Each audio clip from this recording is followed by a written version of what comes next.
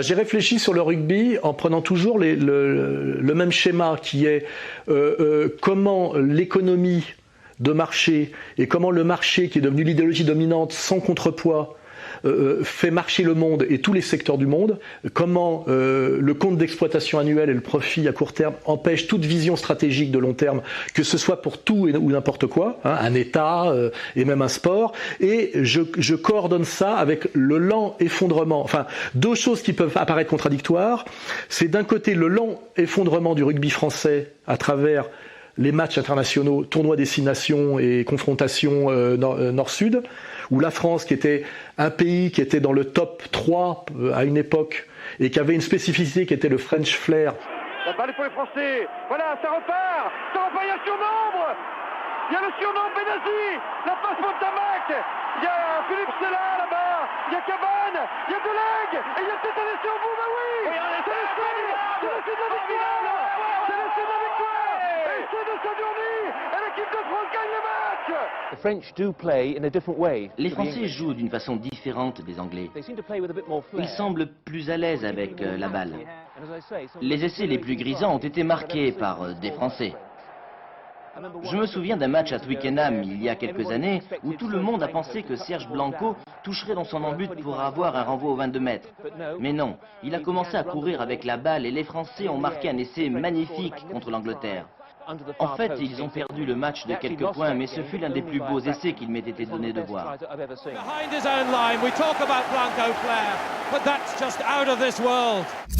Et le jeu à la française qui était très réputé, qui d'ailleurs a été repris après par l'Argentine et qui d'ailleurs sous Bernard Laporte, on y a totalement renoncé pour le jeu à l'anglo-saxonne. Bon, ça c'est des remarques.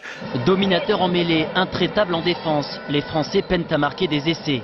Dans le jeu actuel des Bleus, c'est prime à la force, parfois au détriment du beau jeu. Et si c'était la fin du French Flair? Le French Flair, c'est un peu dépassé. Le rugby est devenu tellement compliqué, c'est tellement difficile de manœuvrer les défenses adverses que voilà, marquer un essai en première main, ça devient très rare. Mais surtout que progressivement, on ne fait que dégringoler dans l'échelle hiérarchique du rugby. On n'est plus invité, comme disent les joueurs eux-mêmes. C'est simple, aujourd'hui au niveau du tournoi Destination, on est au-dessus de l'Italie et seulement au-dessus de l'Italie, et à peu près à égalité avec l'Écosse, et on est au-dessous systématiquement de l'Irlande, qui est un tout petit pays en nombre de licenciés, du Pays de Galles, qui est un tout petit pays en nombre de licenciés, et de l'Angleterre, ces trois pays nous mettant une branlée systématiquement. L'Angleterre, bon, par une puissance effectivement de rugby avec beaucoup de licenciés, mais le Pays de Galles et l'Irlande avec très peu de joueurs par un jeu d'une qualité incroyable que nous ne sommes pas capables de développer ou seulement de développer pendant 20 minutes. Et ça, il faut l'articuler avec quelque chose qui est complètement contradictoire, c'est que nous avons par ailleurs le top 14, c'est-à-dire le championnat de rugby le plus huppé et le plus cher du monde. Et on voit bien qu'en fait que c'est parce que nous avons l'un que nous avons l'autre. C'est-à-dire que le top 14, c'est le marché dans le rugby. C'est-à-dire que pour avoir un spectacle de qualité immédiatement et des retombées immédiates au niveau du spectacle, au lieu de former des joueurs, on achète les meilleurs joueurs du monde. Donc on a effectivement des équipes qui sont des équipes qui incarnent soi-disant une ville, qui sont Toulon, Clermont-Ferrand, qui sont très fortes, mais dans lesquelles les meilleurs joueurs sont pratiquement tous des étrangers. Et par ailleurs, cet argent qui est investi dans des salaires de joueurs et dans un spectacle immédiat soumis au marché, qu'est-ce qu'on a sacrifié? Les centres de formation.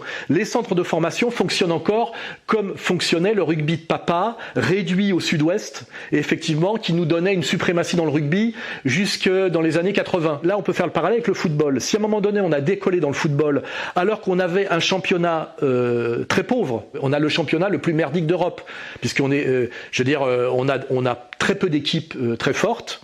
On a un peu le PSG avec beaucoup d'argent, on avait l'OM et un peu Lyon et un peu Bordeaux, mais je veux dire par rapport à l'Italie, à l'Angleterre et à l'Espagne, qui ont à Rome 2 clubs de niveau européen, à Milan, etc., ou à Barcelone, ou à Madrid, etc. Quant à l'Angleterre, j'en parle même pas. On avait en fait un championnat professionnel de très mauvais niveau, mais comment on a atteint un haut niveau en tant qu'équipe nationale, c'est par les centres de formation. C'est-à-dire mettre de l'argent d'État avec une vision stratégique à long terme pour développer des centres de formation qui produisaient des jeunes joueurs chez nous de très haute qualité. Un centre national technique du football va voir le jour à Clairefontaine dans les Yvelines. C'est une réalisation très importante où se dérouleront des stages et l'entraînement de l'équipe de France. Le centre technique national du football sera implanté ici sur les 56 hectares du domaine de Montjoie à Clairefontaine en Yvelines. Cet outil technique situé à 50 km de Paris en forêt de Rambouillet formera les footballeurs de la fin du XXe siècle. Coût de l'opération qui sera achevée en 1987, 80 millions de francs. Au milieu de la forêt de Clairefontaine, l'Institut national du football, pépinière de talent du foot français. Sur les murs de l'établissement trônent fièrement les maillots de ceux qui ont gagné le droit de devenir joueurs professionnels. Hatem Ben Arfa, Alphonse Areola ou encore bien sûr Kylian Mbappé. Et c'est comme ça qu'à un moment donné, on est devenu, à l'époque de Platini puis à l'époque de Zidane, les leaders mondiaux. Championnat à pognon faible, avec beaucoup de joueurs africains d'ailleurs, et par contre centre de formation et équipe nationale de qualité par les centres de formation. Au rugby, on a fait exactement l'inverse et on est dans la catastrophe inverse, c'est-à-dire le top 14, le plus prestigieux du monde, avec le plus de pognon et les équipes les meilleures, dans lequel il y a de moins en moins de Français, et une équipe nationale catastrophique parce que en fait les centres de formation, les cadres et les types qui se goinfrent à ce niveau-là et qui apprennent à jouer, jouent encore comme dans les années 70.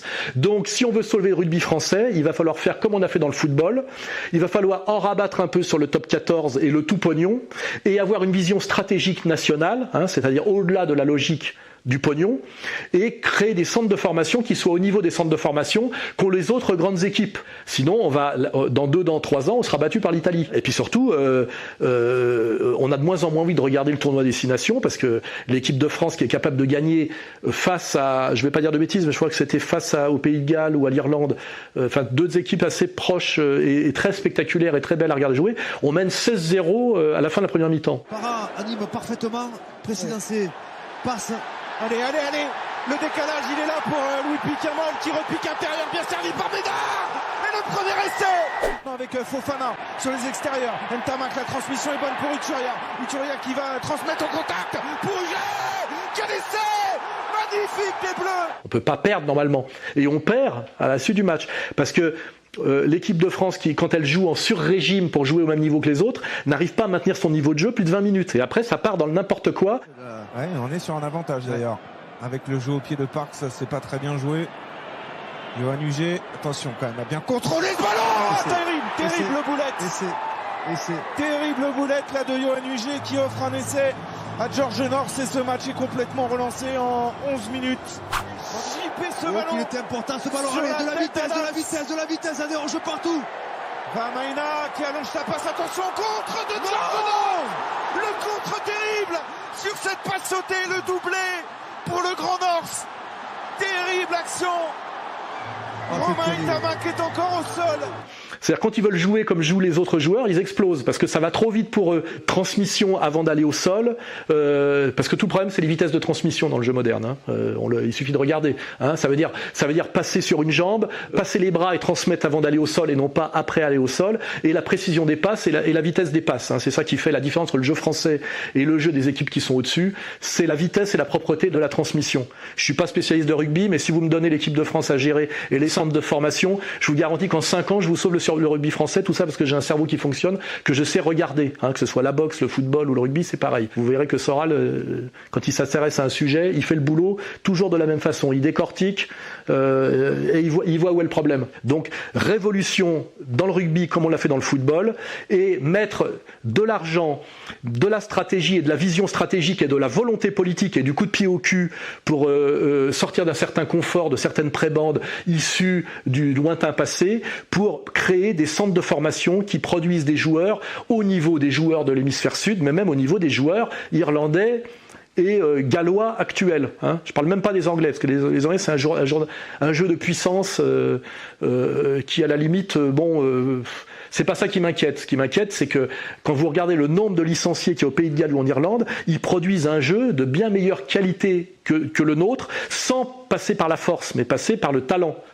C'est-à-dire la vitesse de transmission et la précision de transmission, et qu'on n'est pas capable d'être au même niveau qu'eux au-delà de 20 minutes. après on explose. Voilà. Tout ça, c'est une question de formation, de virtuosité, et non pas de puissance musculaire et de gonflette, hein, parce que ça aussi, ça atteint ses limites. À un moment donné, on a eu une période effectivement où la masse musculaire a fait la différence, et c'est le jeu moderne avec du pognon. Puis à un moment donné, c'est toujours une dialectique, hein, vous verrez, revient la virtuosité. Pichotte. Attention. Longo, qui a passé les bras pour servir Vernet Basualdo, le talonneur. Et ça insiste avec Pichotte sur le petit côté. Pour Colté Pomi, c'est magnifique. Des France sur le score de 34-10 en marquant 5 essais. 5 essais. Et vous verrez que les grands joueurs irlandais et gallois en ce moment ne sont pas des super gabarits. Vision stratégique, lecture du jeu, vitesse de transmission. Josh Adams sees the gap. Oh, he's clean through, and he's got support from Thomas Williams. And Thomas Williams will score for Wales.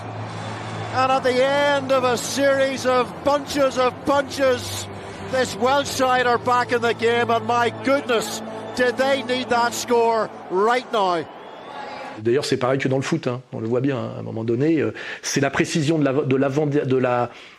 l'avant-dernière passe qui fait toute la différence, hein. C'est même plus le dribble, parce que les défenseurs sont hyper balèzes aujourd'hui, c'est le ballon bien transmis, impeccablement transmis.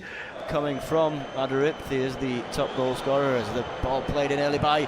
Oh, there's the opening goal for Barcelona.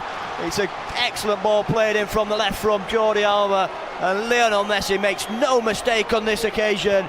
He hits it first time left-footed and it's too much for Kepa.